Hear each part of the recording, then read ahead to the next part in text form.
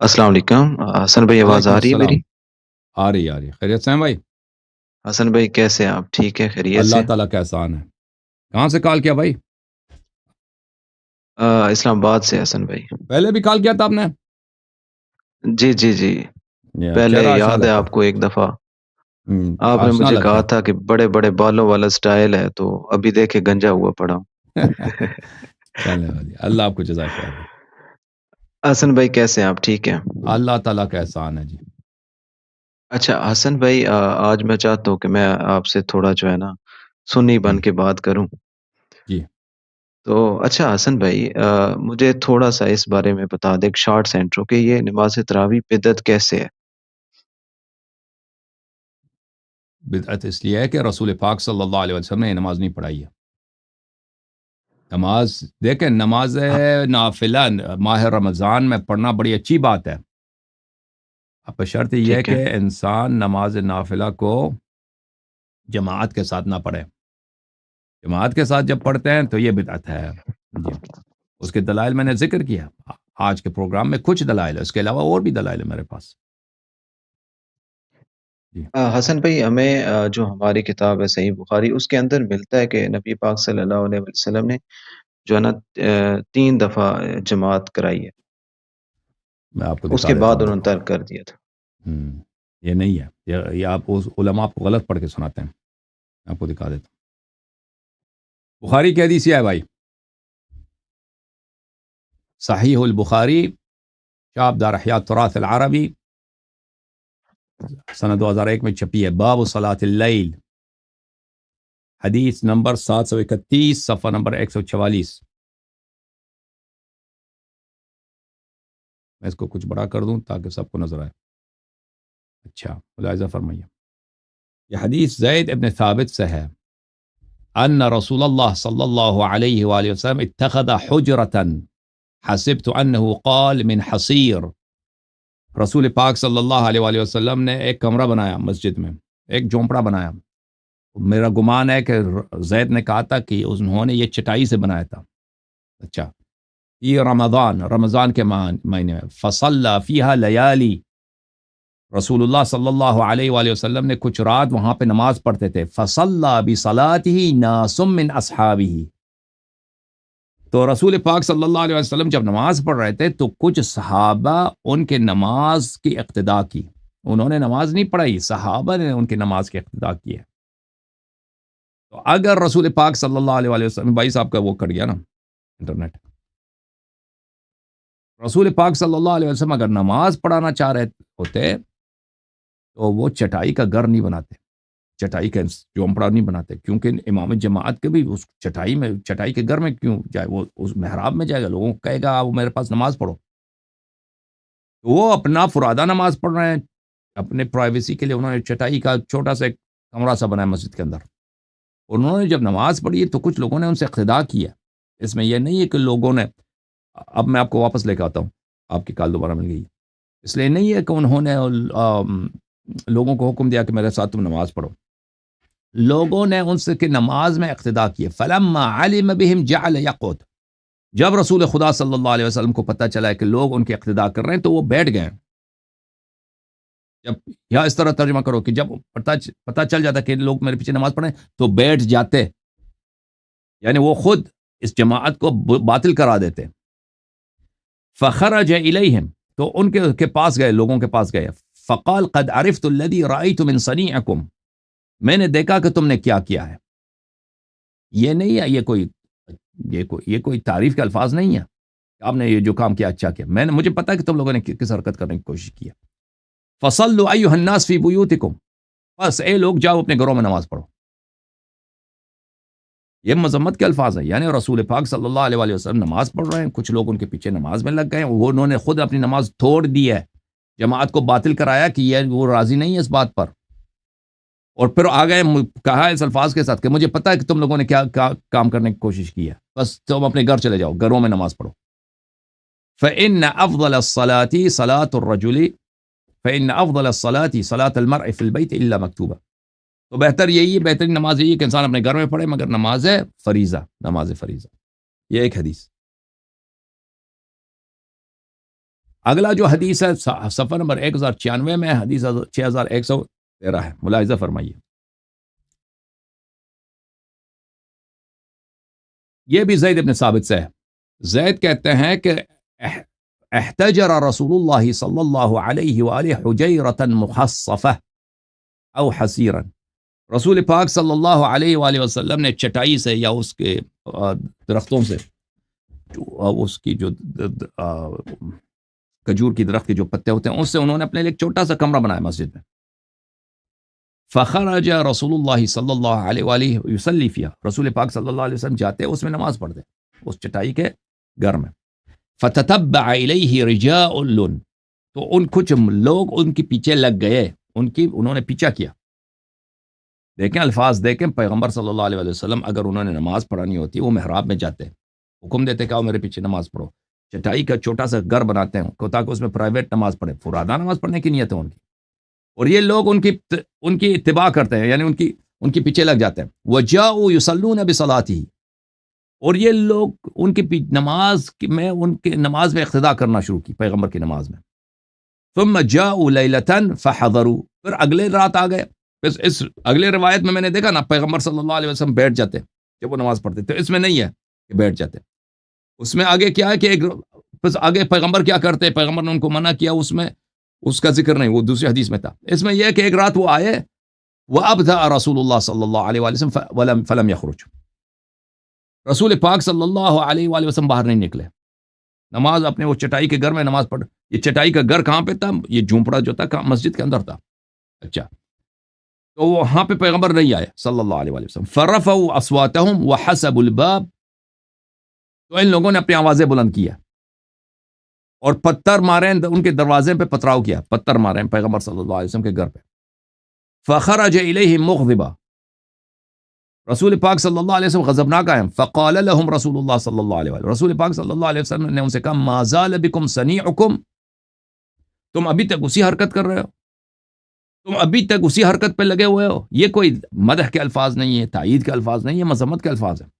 حتی ظننت انہ سیکتب علیکم، تم اتنے اصرار کرتے ہو اپنے فعل پر کہ مجھے لگتا ہے کہ تم پر لازم ہو جائے گا. کیا چیز لازم ہو جائے گا؟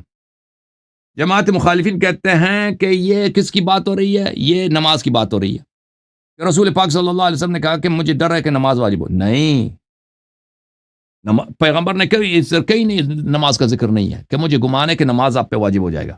نہیں، کہ آپ پہ لازم ہو جائے گا. کیا عذاب لازم ہوگا؟ کیونکہ ان لوگوں نے کیا کیا؟ پیغمبر کے گھر کو پتھراؤ کی آواز بلند کی ہے. ان الذین ینادونک من وراء الحجرات اکثرهم لا یعقلون. یہ عذاب کی بات ہو رہی ہے، یہ نماز کی بات نہیں ہو رہی کہ نماز واجب، کیونکہ مستحب فعل انجام دینے سے وہ واجب نہیں بنتی. پیغمبر صلی اللہ علیہ وسلم کتنے مستحب فعل انجام دیتے تھے، الا ماشاء اللہ سنن زیادہ، کوئی واجب نہیں بنتا اس سے. اللہ بھی اس طرح، اللہ تعالیٰ نے سجی وہ پاگل تھوڑی ہے کہ کوئی مستحب فعل انجام دے تو اس کو آٹومیٹکلی واجب بنا دے.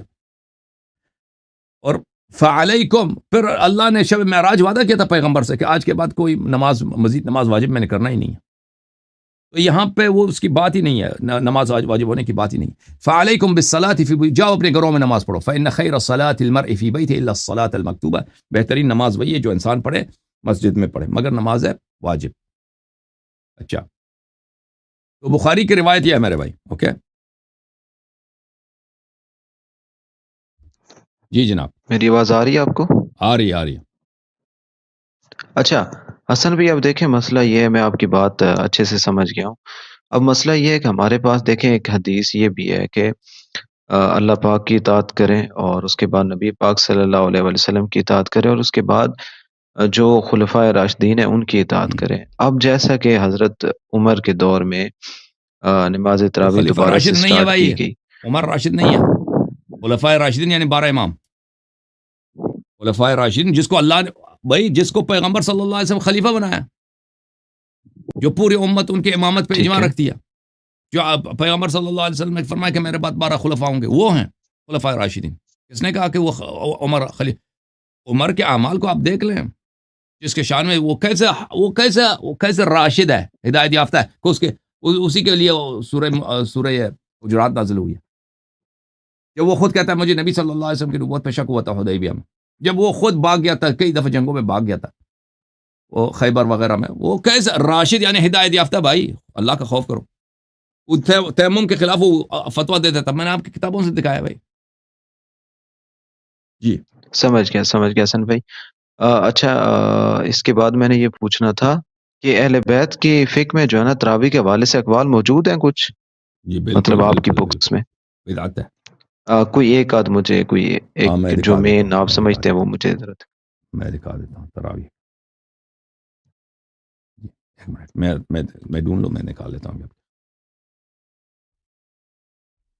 یہ کتاب ہے وسائل الشیعہ الى تحصیل مسائل الشریعہ لشیخنا الحر العاملی، جلد نمبر 8. یہاں پہ آپ کو لے کے چلتے ہیں صفحہ نمبر 45 میں.